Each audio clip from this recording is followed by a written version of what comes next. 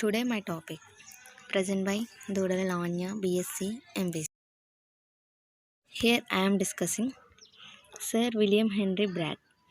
William Henry and William Lawrence Bragg, father and son, found a simple interpretation of Von Loss experiment.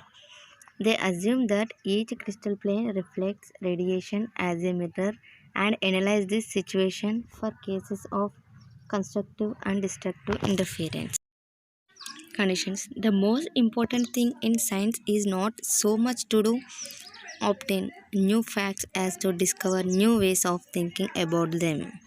Derivation of Bragg's law. Here given a diagram. Path difference delta equals to 2x. Phase shift. Constructive interference if delta equals to n lambda. This gives the criterion for constructive interference. Bragg's law tells you at which angle theta to expect maximum diffracted intensity of a particular family of crystal planes. For larger crystals, all other angles give zero intensity. The power diffractometers typically use the Bragg's Brentano geometry. Here given the diagram, this is the X-ray tube, this is the detector. The incident angle W is defined between the X-ray source and the sample. The diffracted angle 2q is defined between the incident beam and the detector angle. The incident angle W is always half of the detector angle 2q. In a Q is to 2q instrument, example Rigaco R2300, the tube is fixed. The sample rotates at q per minute and the detector rotates at 2q dash per minute. In a Q is to Q instrument, example Pan, Aletka, Expert Pro, the sample is fixed and the tube rotates at a rate Q per minute and the detector rotates at a rate of Q dash per minute. A single crystal specimen in a Bragg-Brentano diffractometer would produce only one family of peaks in the diffraction pattern. Here given diagram with 20.6 degrees 2q Bragg's law fulfilled for the planes producing a diffraction peak. The planes would diffraction at 29.3 2q. However, they are not properly alighted to produce a diffraction peak. Perpendicular to those planes does not bisect the incident and diffraction beam. Only background is observed. Next one, the 200 planes are parallel to the 100 planes. Therefore, they are also diffract for this crystal. Since D20 is of D180, they appear at 20. A polycrystalline sample should contain thousands of crystallites. Therefore, all possible diffraction peaks should be observed. For every set of planes, there will be a small percentage of crystallites that are properly oriented to diffract. The plane perpendicular bisects to the incident and diffracted beams. Basic assumptions of powder diffractions are that for every set of planes there is an equal number of crystallites that will diffract and that there is a statistically relevant number of crystallites, not just one or two. Example, diffraction patterns. Each peak represents the solution to Bragg's law for known radiation wavelength. The unique relationship between such patterns and crystal structures provide a powerful tool for identification of the phase composition of powders and polycrystalline materials. Here given the intensity diagram related to 2 theta degree. Here given the cubic pattern.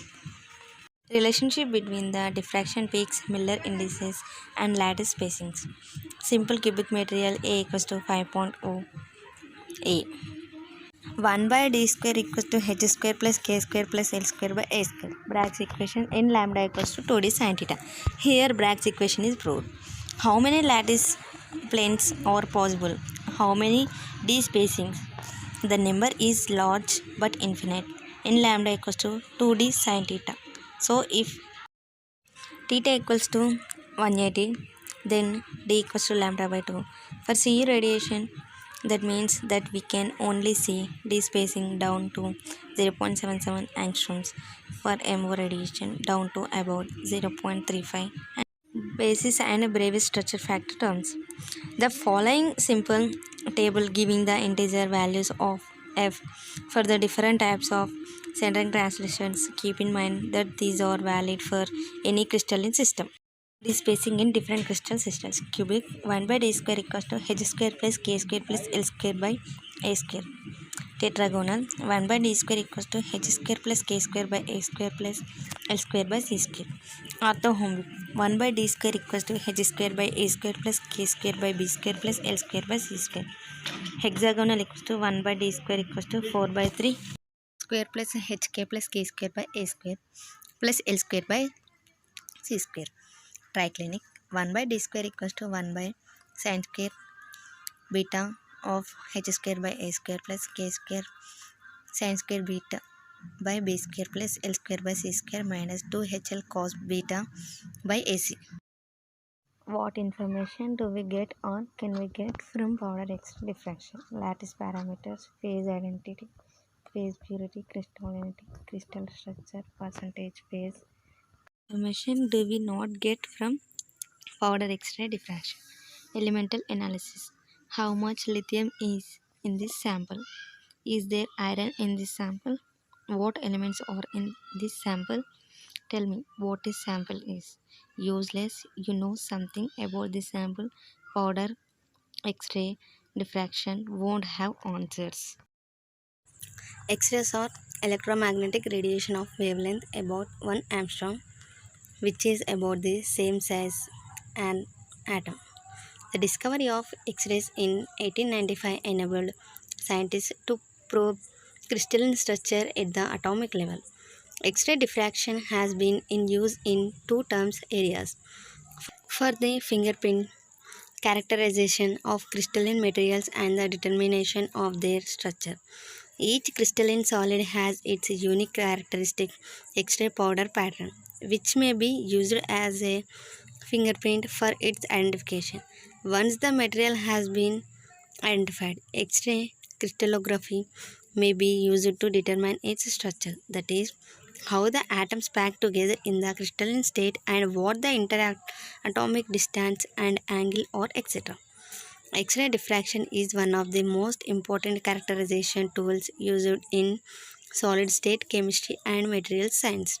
We can determine the size and shape of the unit cell for any compound most easily using X-ray diffraction. Thank you for giving this opportunity to chemistry department.